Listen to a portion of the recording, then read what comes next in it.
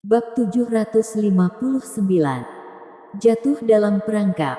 Kucing hitam itu menatap Louis Lu. Matanya yang kuning bersinar dengan cahaya manusia, sama seperti Tuan Yu, dan menganggapnya luar biasa. Bagaimana mungkin manusia ini bisa menahan kekuatan kutukannya? Dalam sekejap, pedang bayangan telah menusuk, dan tinju dominan Louis Lu mengikuti dari belakang. Persis gerakan yang sama, tapi sangat berguna. Tuan Yu tidak berani gegabah, dan sangat takut dengan kekuatan di tubuh Louis Lu. Dia menarik tubuhnya ke belakang dengan cepat, dan pada saat yang sama memerintahkan kucing hitam itu untuk menyerang Louis Lu. Dalam upaya untuk mengalihkan perhatian Louis Lu, pancaran air menyembur keluar, meskipun sedikit menjijikkan. Louis Lu bahkan tidak repot-repot menghindarinya. Cahaya di antara alisnya berkedip terus-menerus. Di bawah pewaris kehendak Kaisar Qing, dia tampak seperti dewa perang abadi. Dengan momentum yang gigih, pancaran air menyemprot ke tubuh Louis Lu, dan tubuhnya dengan cepat layu. Tetapi di bawah pewaris kehendak Kaisar Qing, dia pulih seketika. Setelah hanya beberapa pengulangan, Louis Lu sudah bergegas di depan Tuan Yu. Pedang bayangan untuk membuka jalan. Tinjunya siap untuk pergi. Dan kekuatan para dewa dan iblis tidak bisa lagi ditahan. Telapak tangan Tuan Yu bergemuruh. Kekuatan tahap Gold Core Dzogchen meledak sepenuhnya. Cetakan telapak tangan luar biasa. Meraung. Tetapi dihancurkan satu persatu oleh pedang bayangan. Terkejut, kan? Suara Louis Lu tiba-tiba bergema di telinga Tuan Yu. Dan kemudian sosoknya yang dominan mendekat dengan sangat cepat di mata Tuan Yu. Dan jaraknya kurang dari 2 meter. Mata Tuan Yu kejam. Dan satu-satunya lengan yang tersisa diayunkan. Dan itu langsung dihancurkan oleh kekuatan dewa dan iblis. Tapi tatapan Tuan Yu menjadi semakin sengit. Sampai gila. Nah, matilah. Tuan Yu mengeluarkan geraman serak. Tubuhnya tiba-tiba membengkak. Dan pada saat yang sama, energi agung akan meledak. Penghancuran diri. Ledakan diri tahap Gold Core Dzogchen. Energi yang menakutkan itu cukup untuk meratakan ladang pembunuhan ini. Dan orang-orang Gu di luar ladang pembunuhan juga tidak terhindar. Tentu saja, Louis Lu tidak mungkin membiarkan ini terjadi. Tinjunya berubah menjadi telapak tangan dalam sekejap. Dan cahaya putih terang keluar dari telapak tangannya. Cermin keberuntungan Duo Tian melahap. Pada saat energi ramuan emas itu akan meledak, cermin keberuntungan Duo Tian memainkan perannya. Menyerap semuanya, sehingga tidak menyebar. Bom. Namun, karena ledakan Gold Core, sebuah lubang darah besar meledak di tubuh Tuan Yu. Dan kabut hitam melayang keluar. Tubuh ras hantu. Nah, aku ingat nafasmu. Setelah selesai berbicara, kabut hitam ingin menggali ke dalam tanah dan melarikan diri.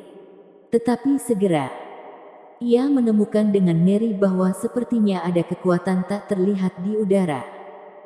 Menariknya kembali. Jiwa dewa. Bagaimana?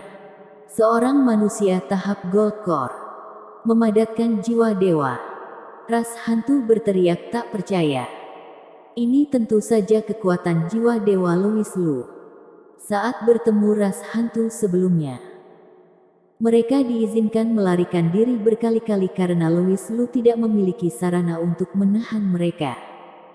Dia tidak seperti Karin Chu, yang memiliki lonceng pencari jiwa sebagai senjata sihir. Tapi sekarang berbeda. Sejak Louis Lu memadatkan jiwa dewa, dia akhirnya memiliki cara untuk menghadapi hantu. Jadi setelah dia mengetahui identitas Tuan Yu, dia selalu siap menggunakan jiwa dewa. Itu berhasil. Melihat bahwa mereka tidak dapat melarikan diri, Klan hantu mengumpulkan wajah garang di kabut hitam dan berteriak, "Kamu yang meminta ini, itu tidak akan melarikan diri." Dan mengikuti kekuatan hisap itu, ia langsung masuk ke dalam pikiran Louis Lu. Tetapi ia tidak tahu bahwa itu adalah gerbang neraka yang sebenarnya. Apakah kamu tidak penasaran? Siapa yang memberitahuku rahasia ras hantumu? Aku akan memberimu jawabannya sekarang. Sebagian besar informasi diberikan kepadaku oleh Jerry. Melihat ras hantu telah memasuki Laut Jiwa, Louis Lu malah menjadi tenang dan berkata dengan santai, "Aku tahu itu pengkhianat." Tuan Yu mengutuk dengan marah. Jerry awalnya adalah kepala dari 4 raja roh dari ras hantu mereka. Tetapi karena kasihan pada manusia, dia mengkhianati ras hantu dan menjadi pengkhianat dari ras hantu. Pada akhirnya, dia dipenjara di penjara jiwa naga selama lebih dari 20 tahun. Louis Lu melanjutkan dengan berkata, "Aku bisa memberitahumu satu hal lagi. Agustinus Xiao dan aku. Tidak. Ia harus dipanggil Harry. Aku sudah melawannya. Kamu harus mengetahuinya." Metode menggunakan mekanisme penghancuran diri dari Gold Core untuk secara aktif melepaskan diri dari tubuh inang dikembangkan oleh Harry. Tuan Yu di depannya mengetahui metode penghancuran diri ini. Jadi dia harus mengetahui Harry. Tentu saja ia mengetahui Harry. Harry juga salah satu dari 4 Raja Roh dan telah menyatu dengan lengan mayat dewa. Kekuatannya sangat menakutkan. Setelah mendengar kata-kata Louis Lu, kekuatan jiwa Tuan Yu sedikit bergetar. "Apa yang kamu katakan? Kamu benar-benar bertarung melawan Harry. Lalu mengapa kamu masih hidup?" Dari sudut pandang Tuan Yu, Harry, yang memiliki lengan kiri mayat dewa, adalah keberadaan yang hampir tak terkalahkan ketika Gunung Jiexing tidak dibuka. Namun, kalimat berikutnya Louis Lu mengejutkan, "Tuan Yu, Harry itu beruntung. Saat aku bertarung melawannya, aku belum memadatkan jiwa dewa. Jadi cukup beruntung untuk menyembunyikannya di lengan kiri mayat dewa dan melarikan diri." Kekuatan jiwa hitam dari Tuan Yu tidak bisa menahan gemetar dan meraung.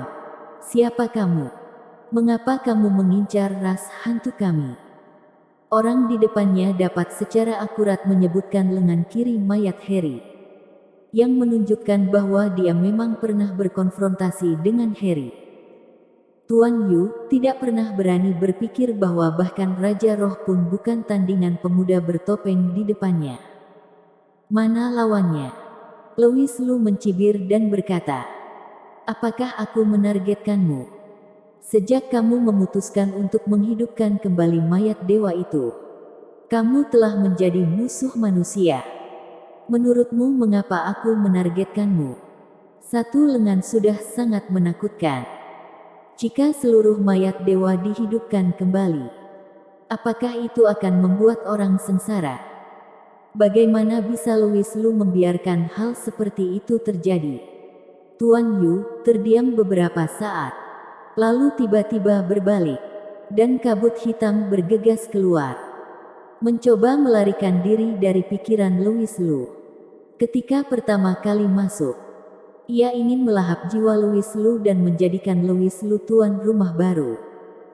Tetapi setelah mendengarkan kata-kata Louis Lu, ia tidak lagi memiliki niat sedikit pun untuk bertarung. Sayangnya, sudah terlambat. Mudah untuk masuk tapi sulit untuk keluar. Gerbang neraka ditutup. Segala sesuatu di depan Tuan Yu tiba-tiba berubah. Laut jiwa yang bergejolak menyelimutinya dalam sekejap. Dan yang paling membuatnya takut adalah manik darah merah yang mengambang di atas laut jiwa. Bersambung.